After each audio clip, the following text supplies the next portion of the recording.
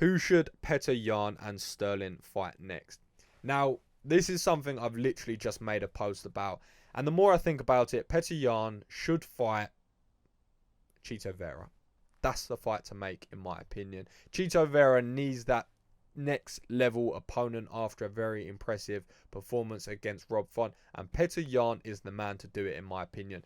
Chito has this brilliant nature of being able to bring the dogfight out in people, and I feel like Petr Yan is one violent, aggressive man who will be more than happy to oblige with that offering. So I think Chito versus Yan is the fight to make. Stylistically, it's a very fun one. I think it will be a stand-up battle. We can expect 5 rounds of war. They're both very durable, very good striking, very hard hitters.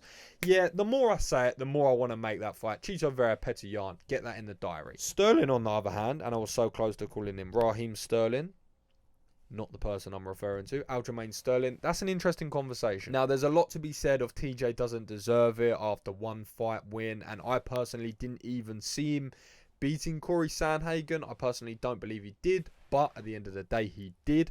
So, yeah, I think that's the fight to make for him, realistically. If I just forget about everything else, the doping, the fight with Corey Sandhagen, which was a brilliant fight, by the way. And I want to give him props, actually. I said enough negative at the start of this. I want to give him props because he had one leg throughout the most of that fight. Now, I know Corey nearly snapped it off its bone, and that was the reason why. But he had one leg, and he had that nasty cut on his eye where the blood was just pouring into his eye. So he only had one eye throughout the fight, constantly just wiping it like this. And to beat someone like Corey Sandhagen, that elusive, that talented, that good off his back, that's tricky. So I've got to give him praise for that, and I've got to give him props. And I think stylistically, that's a very interesting matchup because TJ Dillashaw is a very good grappler.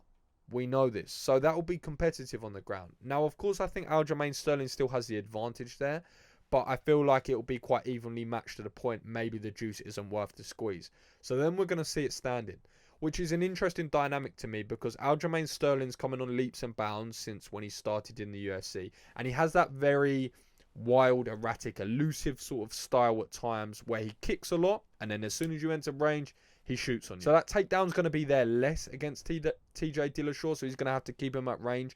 But TJ also has a very exciting style, a very elusive style, a very herky-jerky style. He fights off a weird tempo. He switches stances very nicely.